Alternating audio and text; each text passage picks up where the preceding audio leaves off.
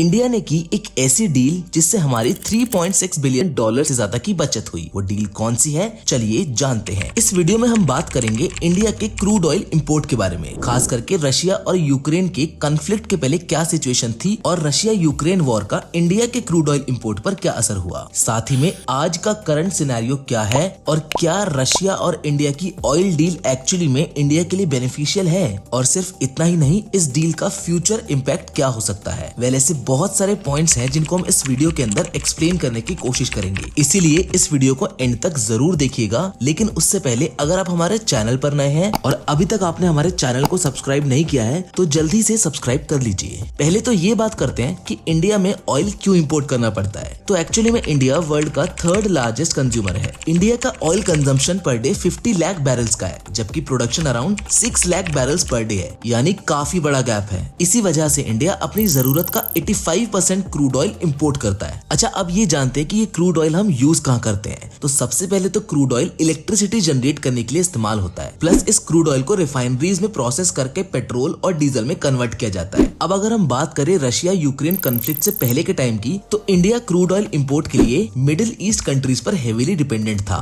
Total import का 50% से ज्यादा ऑयल वहां से ही आता था। साल 2021 में इंडिया ने लगभग 21 crore ton crude oil import किया था, जिसमें इंडिया के टॉप 5 ऑयल सप्लायर कंट्रीज थी Iraq, United States, Nigeria, Saudi Arabia और यूएई। इनफैक्ट 2017 से लेके 2021 तक इराक इंडिया का लार्जेस्ट क्रूड ऑयल सप्लायर था। उस टाइम तक रशिया का हिस्सा इंडिया के टोटल ऑयल इंपोर्ट्स में बहुत कम था, जो ऑलमोस्ट 2% के आसपास था, जिसका reason high cost of transportation और स्टोरेज था। अब बारी आती है फरवरी 2022 की, जिसमें रशिया के प्रेसिडेंट व्लादिमीर पुतिन ने यूक्रेन में मिलिट्री ऑपरेशन का ऐलान किया। अब इस जियोपॉलिटिकल कॉन्फ्लिक्ट में कुछ कंट्रीज डायरेक्टली और कुछ कंट्रीज इनडायरेक्टली यूक्रेन और रशिया को सपोर्ट कर रहे थे, जिसका कंट्रीज के स्टॉक मार्केट्स और इंपोर्ट एक्सपोर्ट पर काफी असर पड़ा। इस दौरान कुछ कंट्रीज जैसे कि यूएस, यूके और यूरोपियन यूनियन की कंट्रीज ने रशिया के अगेंस्ट सैंक्शंस लगा के यूक्रेन को सपोर्ट किया। मैं आपकी जानकारी के लिए बता दूं कि सैंक्शन का मतलब एक या एक से ज्यादा देश द्वारा दूसरे देश पर लगाई गई फाइनेंशियल या economic penalty,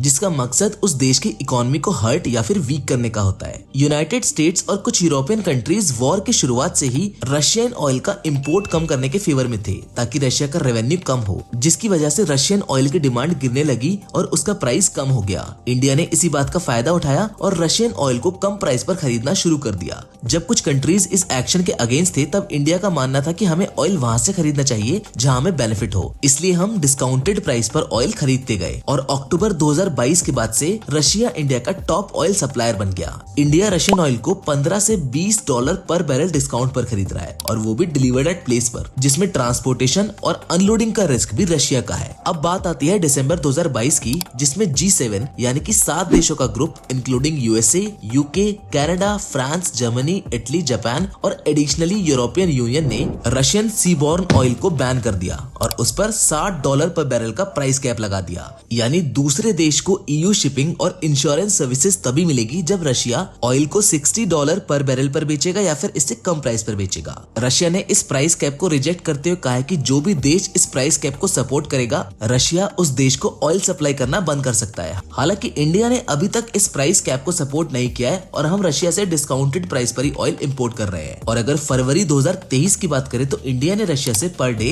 16 lakh barrels crude oil import किया है, जो कि हमारी ओवरऑल इंपोर्ट का 35% है, जो काफी बड़ा हिस्सा है। रशिया इंडिया ऑयल डील से हमें 3.6 बिलियन डॉलर से ज्यादा की बचत तो हुई है, पर हमें और भी फायदे हुए हैं। जैसे कि मैंने पहले भी बताया था कि इंपोर्टेड ऑयल को रिफाइनरीज में प्रोसेस करके फ्यूल में कन्वर्ट किया जाता है। अब वही फ्यूल हम वेस्ट की कंट्रीज में एक्सपोर्ट करते हैं। जनवरी 2023 में इंडिया ने न्यूयॉर्क को 89,000 बैरल्स पर डे एक्सपोर्ट किया है, जो कि लास्ट 4 इयर्स में हाईएस्ट था। अगर इस डील के फ्यूचर इम्पैक्ट पर बात करें तो रशिया का मार्केट शेयर स्टेबल है और बढ़ रहा है। यूएस के मार्केट शेयर पर भी उतना असर नहीं पड़ा है, जिस पर S&P ग्लोबल कमोडिटी इनसाइट का कहना है कि इंडिया एक ऐसी इंपोर्ट पॉलिसी के साथ आगे बढ़ रहा है जिससे फ्यूचर में इंडिया में यूएस और रशिया दोनों से इनफ्लो आता रहेगा। और डाइवर्सिफिकेशन की वजह से अगर फिर से कोई सप्लाई शॉक आता है तो उसका असर हमारी इकोनॉमी पर कम होगा। वेल, अगर आज का सिनेरियो देखें तो अभी ये डील इंडिया के लिए फायदे का सौदा साबित हो रही है। So well that being said, आज के लिए बस इतना ही। इस वीडियो से अगर आपको कुछ कुछ नया सीखने को मिला हो